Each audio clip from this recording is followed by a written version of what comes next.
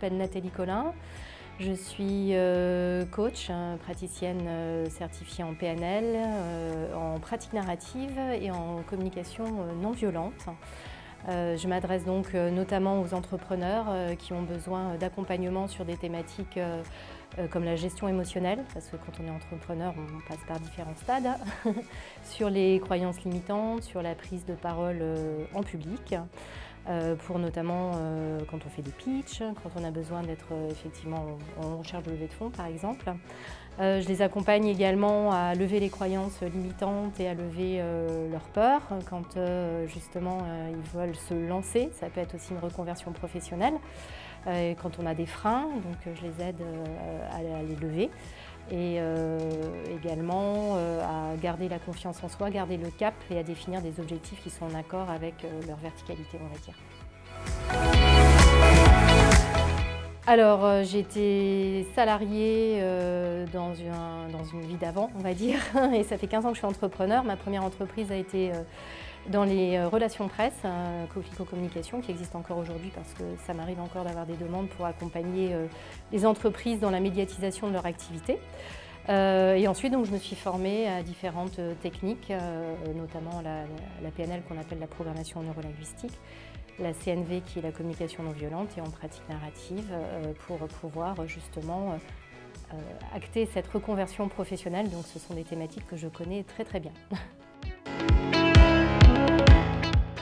Alors c'était il y a 15 ans, c'est parce que j'ai été salariée et licenciée tout simplement et je ne me voyais pas retourner travailler en entreprise et je pense que je suis entrepreneuse dans l'âme et j'aime beaucoup cette indépendance et cette créativité que je peux mettre à mon service et au service de mes clients.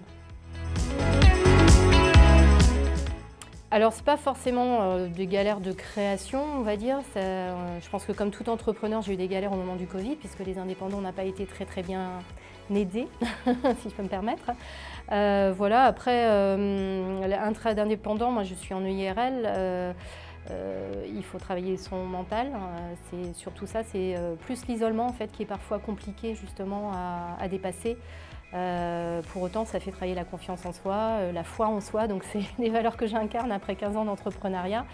Et beaucoup d'entrepreneurs souffrent souvent d'isolement et c'est ça pour moi qui a été peut-être des fois le plus compliqué à surmonter. La liberté. La liberté qui a forcément un prix. Pour autant, ça permet d'aménager ses horaires de travail, ça permet aussi d'axer, voilà, si j'ai envie de faire moins de communication, je vais me diriger plus vers le coaching. Donc c'est moi qui choisis, je suis maître de mes décisions, maître de ma vie. Et puis, voilà, j'ai pas de... Quelque part, si j'ai des comptes à rendre à mes clients, bien entendu, mais c'est un autre état d'esprit et cet esprit justement d'entreprendre et de challenge, moi, me plaît beaucoup. Et pour moi, le challenge, c'est vraiment quelque chose de positif, donc vraiment un avantage. Pas du tout. Pas du tout. Après, il ne faut jamais dire jamais, mais non, moi j'ai vraiment une âme, au bout de 15 ans d'indépendant, vraiment de continuer dans cette voie et ça ne m'empêche pas d'avoir des interactions avec les entreprises, donc c'est très bien, j'ai les deux versants qui me permettent de retrouver quand même le sens, la communication et puis mon indépendance quand je travaille de mon côté. D'oser, justement, j'accompagne beaucoup sur ces thématiques, notamment les femmes. Donc là, merci de me poser cette question, puisqu'il y a souvent un syndrome de l'imposteur chez les femmes. Donc je pense que c'est vraiment quelque chose où ne pas se mettre de barrières si on peut, essayer de lever les freins et vraiment de foncer. Et puis la vie passe vite, pas de regrets.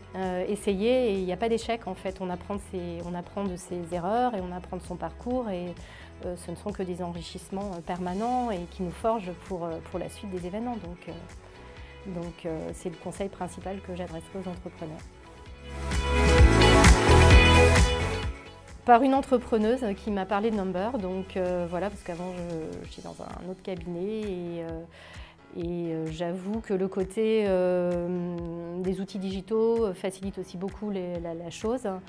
Et puis le fait que ce soit dédié aussi aux entrepreneurs, c'est ça aussi qui m'a vraiment séduite, parce que c'est pour avoir des problématiques qui me concernent et j'ai envie d'avoir des réponses sur des problématiques par rapport à mon statut et un accompagnement adéquat, on va dire, alors que souvent dans les grands cabinets, ce n'est pas le cas.